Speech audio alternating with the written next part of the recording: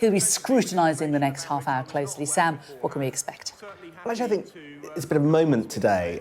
It feels like something shifted in politics over the summer. You know, we went into the summer with the Uxbridge by-election held by the Tories, but the others won by the opposition. A bit of a no-score draw, but the summer was really quite tricky for the Tories, and there's this sense, this growing sense that they are in some political troubles, momentum, sort of gaining momentum of issue by issue, the party not being able to get lift off. The question is whether or not Prime Minister's questions today reflects that. Both leaders will have had tips and training for PMQs over the summer. Can Rishi Sunak find the language to defend his government? Can he get back on the front foot despite all of the troubles that we've seen, from small boats to the schools crisis? Can Keir Starmer be punchy enough to properly cut through and make the case and to press home the advantage that Labour undoubtedly feel that they've had from the news agenda over the last few days? I think we're about to find out. It's an important one. Mr. Speaker, I'd like to start the Prime Minister's just taken to his feet. And the Lionesses for their fantastic performance at the World Cup. We are all incredibly proud of them. Mr. Speaker, I also know the whole House will want to join me in sending condolences to the family, friends and colleagues of Sergeant Graham Saville. It is a testament to his bravery that he died in the line of duty, and a terrible reminder of the work the police do every day to keep us safe.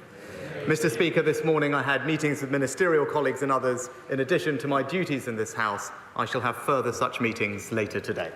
Thank you, Mr. Speaker. The Labour Party used to claim that it represents working-class people. But Labour's ULEZ expansion to Greater London will now hammer millions of working people with bills of £12.50 per day or £4,500 per year.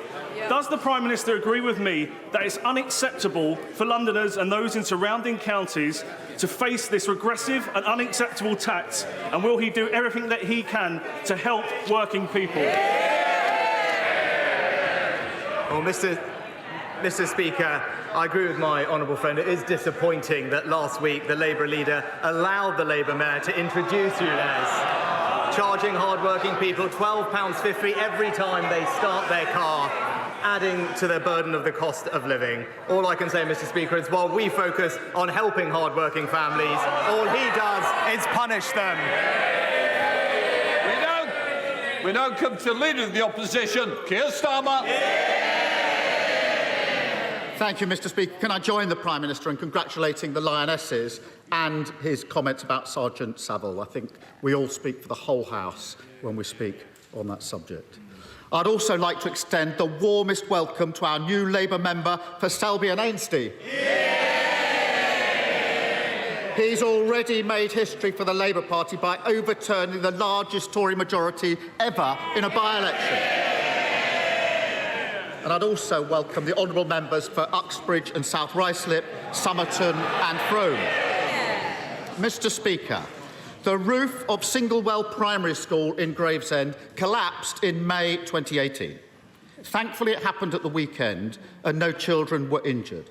The concrete ceiling was deemed dangerous and liable to collapse, and everyone knew the problem existed in other schools. Yet the Prime Minister decided to halve the budget for school maintenance just a couple of years later. Does he agree with his Education Secretary that he should be thanked for doing a good job? Mr. Speaker, I know how concerned parents, children and teachers are, and I want to start by assuring them that the government is doing everything it can to fix this quickly and minimise the disruption to children's education. We make no apology for acting decisively in the face of new information. And let me provide the House with an update on where we are. Of the 22,000 schools in England, the vast majority won't be affected. In fact, in 2/3 of inspections of suspected schools, RAC is not actually present. And to tackle the 1% of schools that have been affected so far, the 1%, we are assigning each of those schools a dedicated caseworker and providing extra funding to fix the problem. In the majority of cases, children will attend school as normal, and the mitigations take typically just days or weeks to complete. We will do everything we can to help parents, support teachers, and get children back to normal school life as quickly as possible. Keir Starmer. Well, Mr. Speaker, Wood Green Academy in Sandwell was on Labour's building list in 2010. They scrapped it, and now children there are in a crumbling school. The head of the National Audit Office accuses him of taking a sticking plaster approach. The NAO report says he cut £869 million. The person who ran the Department for Education says he is personally responsible. Now, on Monday, he leapt to his own defence, saying it's utterly wrong to blame him. So why does literally everyone else say it's his fault? Mr. Speaker, the professional advice from the technical experts on RAG has evolved over time, and indeed it is something that successive governments have dealt with, dating back to 1994, Mr. Speaker. Now, as new advice has come forward, the government has rightly, decisively and swiftly acted in the face of that advice. But he talked about school budgets and talked about what I had done, but let me just walk him through the facts of actually what that spending review did, because he brought it up. Well, no, he's brought it up, so presumably he would like to hear the facts. Funding for school maintenance and rebuilding will average £2.6 billion a year over this Parliament as a result of that spending review, which represents a 20% increase on the years before. Indeed, Mr. Speaker, far from cutting budgets, as he alleges, the amount spent last year was the highest in a decade. That spending review maintained, Mr. Speaker, that spending review maintained the school rebuilding programme, delivering 500 schools over a decade, a pace completely consistent with what had happened previously. And, Mr. Speaker, it is worth pointing out that during the parliamentary debates on that spending review, the Labour Party and him did not raise the issue of RAC one single time. So before he jumps on the next political bandwagon, he should get his facts straight.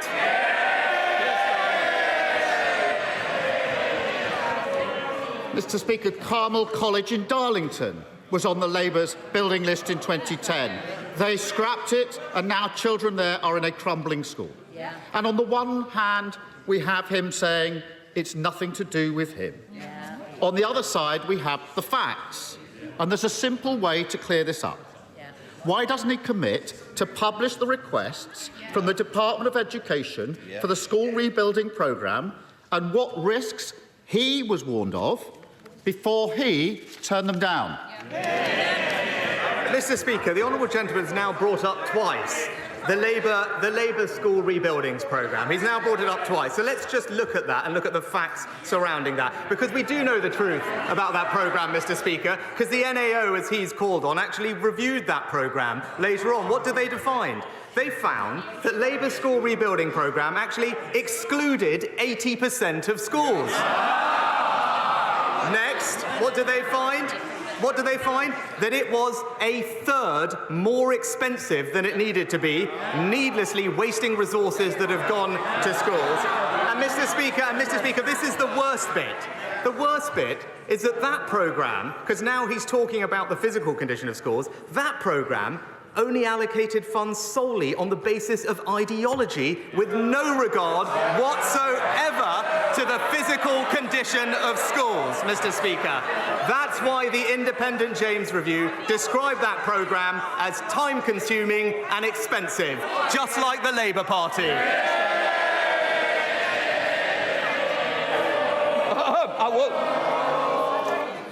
We don't want to start off with somebody leaving so early, because that's what's going to happen. Keir Starmer. Well, Mr. Speaker, they want more, so let me continue. Ferryhill School in County Durham was on Labour's building list in 2010.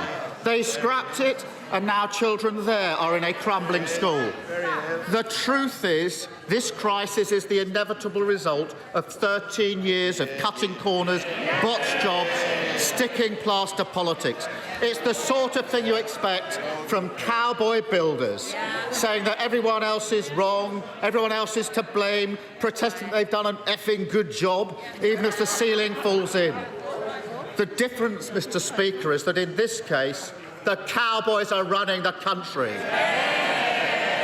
Isn't he ashamed that after 13 years of Tory government, children are cowering under steel supports, stopping their classroom roof falling in?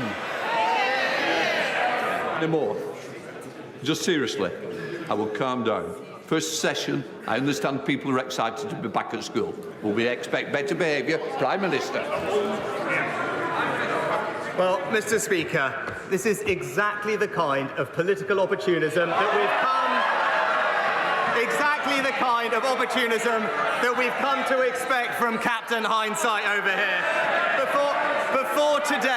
Before today, he's never once raised this issue with me across this dispatch box. It wasn't even worthy of a single... It's the same for this side as well. Can I just say, we're going to have a calmer question times going forward. I want to hear the question, I want to hear the answers, just like your constituents, Prime Minister. Mr. Speaker, before today, he never once raised this issue with me in Parliament. It wasn't even worthy of a single mention in his so-called landmark speech on education this summer. And if we'd listened to him, our kids would have been off school and locked down for longer. It's as simple as that. He talks about 13 years. Well, let's see what happened. When we came into office, 2/3 of schools were good and outstanding. Now it's 90%, Mr. Speaker. We introduced the pupil premium to get more funding to the most disadvantaged pupils, Mr. Speaker. Today, they are 75% more likely to go to university. And as a result of our reforms, we now have the best readers in the Western world, Mr. Speaker. That's what 13 years of education reform gets you, all of which opposed by the party opposite.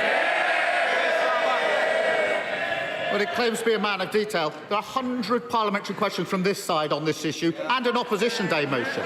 But, Mr. Speaker, let us continue. Holy Family Catholic School in Bradford was on the Labour building list in 2010. They scrapped it, and now children there too are in a crumbling school.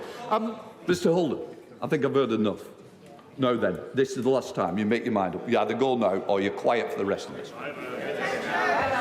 And, Mr. Speaker, if you can believe it, in April this year, the Education Secretary signed a contract for refurbishment of her offices. It's got her personal stamp of approval on it. It cost, I can't quite believe this, £34 million. Can he explain to parents whose children aren't at school this week why he thinks a blank cheque for his Tory minister's office is better use of taxpayers' money than stopping schools collapsing?